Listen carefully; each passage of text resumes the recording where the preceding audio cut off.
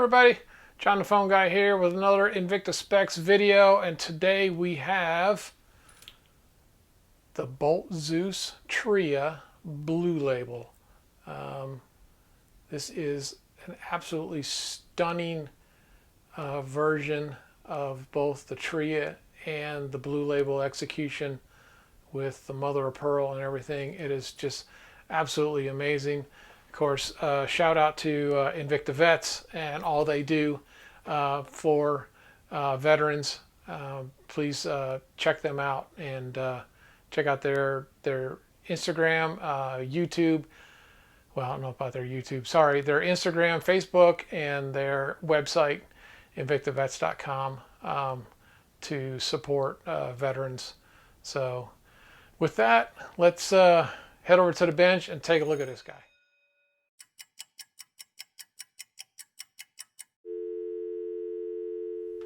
And here we are on the bench. Of course, we have the Invicta Tria Blue Label. This is model 34164. It's listed as technically 56.3 millimeters, which is kind of funny. I don't think I've ever seen them write that up that way. This is water resistant at 10 atmospheres, 100 meters, 330 feet. This does have the flame fusion crystal. This is rocking the 8040N. Snapback, retrograde, day of the week, double window, big date, 13 joule, takes a 395 battery. Life on that is approximately 4 years, and the standard deviation is -10 to +20 seconds per month. The auxiliary timepieces at the 3 and the 9 o'clock are the Ronda 1032. They're a two-hand 7 joule movement.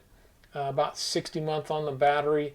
The battery is a 317, and the deviation is the same at -10 to +20 seconds a month. So let's grab this. Now, obviously, this didn't come in that helmet case, but just thought it'd be kind of different to put something in there. So, of course, here we go with this. You know, the blue label, the thickness on the, it's just everything about it is just amazing. Of course, as we've talked about before, one of the differences is this does not have the bluing on the clasp, which is something that I find interesting, that some they do, some they don't. Obviously, if you're wearing it, no one but you would ever know. But like a lot of things that Invicta does with like the case backs and all of that, sometimes, you know, having all of those details on there is nice, but it is interesting that some do, some don't. Anyway, without beating that thing too much, let's take a look at this. Of course, this is a high polish, and then you've got a little bit of the industrial brush down the middle. You got your gold on the cables here, your triple cables on both sides, and then of course going around the bezel. This is unidirectional bezel, and of course the reason that all of these fit is because they moved all of the crown and function pushing down to the 6 o'clock. So technically, on a movement like this, it would sit like this on a watch, and of course they'd reorient everything. But with that, you know, we've got the function pusher, so you've got your 1/10 of a second running down here. Your chronograph second hand is up here, so we'll stop and then reset. And of course, you know, we've got all of this blue label, mother of pearl, but I mean, just some of the color on that thing is just amazing. I mean, look at the colorways that you get. I'm trying not to get too much right at the light so we can kind of catch it better. And then you've got all the gold accenting around the subdials. That one is actually a raised up ring, similar. And then these are, you know, a little bit different. And we'll take a look at that on the microscope. You can really get a sense of it. But just really love, and of course, here's where you adjust the time on one of these. You pull it down and then you adjust the time on the two hand. And then obviously, again, the same way. So a real thick, beefy bracelet, which I think for as top heavy as this can be, it helps balance it. And without yammering on too much, let's jump over to the microscope and take a look. And here we are under the microscope, and let's just take a look at this thing. Of course, some of the details, you know, you can kind of see from the bench, but the real details of this mother of pearl and the coloration is just amazing. Let me see. Oh, that was a bit washed out. Ooh, there we go. So we got some pinks and greens and orange. I mean, just amazing colors on this blue mother of pearl. Of course, we do have the gold accents on the arms here, and of course, you know, the day of the week down here. And then I love this little trim right there, just on the edges, on the 10th of a second, and up here as well, with just gold, and then it turns to blue. And of course, we've got our constant running seconds over here, and your big double day date over here. And then, of course, see if we can't take a look at this. Get some of the smears off of here. We have the one of the subdials. This is actually at the 9 o'clock. And let me throw this over to the one on the 3 o'clock. And I love how they've changed the dial faces and everything. Just very cool in the way they've done it. Of course, you've got all this cable work here. One of the things I thought was just amazing, and you can see, sorry, moving around a bit fast, all of the strands and the cabling, but it almost has on the cable right here, it's almost like it just has an even more shine to it than normal. Almost not really like a glitter, but some sort of just a different sheen, just really beautiful. Of course, putting that against this high polish blue label color is just astounding. So really amazing. It is interesting to note, this is one of the few that I've noticed, is on this blue label, normally this arm, which is your chronograph second hand, right, and we'll stop that, reset it, is almost always done in the same gold, just like these hands, but it's different, which I think is really cool. It kind of plays off your days of the week over here, which is in white, and also the inserts on your hands that have the gold on the outside but then the white inside. I think it's just very cool. Every time they kind of change things up a little bit, I personally enjoy it because it just makes every watch that much more unique and different.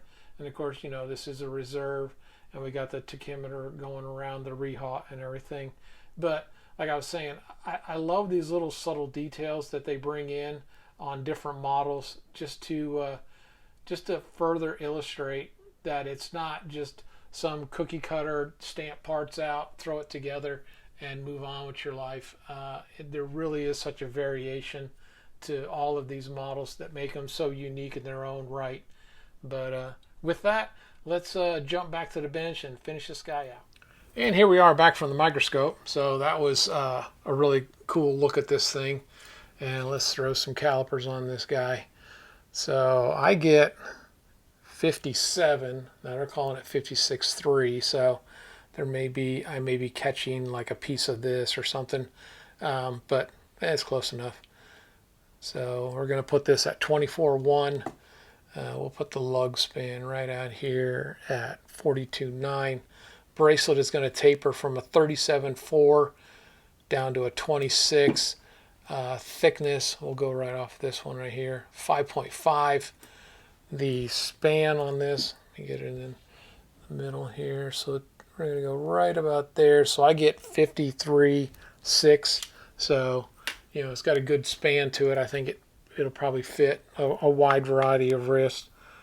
So let's grab the scales. Here we go. So 14.2 on the ounces. So like I say, this is a beefy watch. Put it in grams here.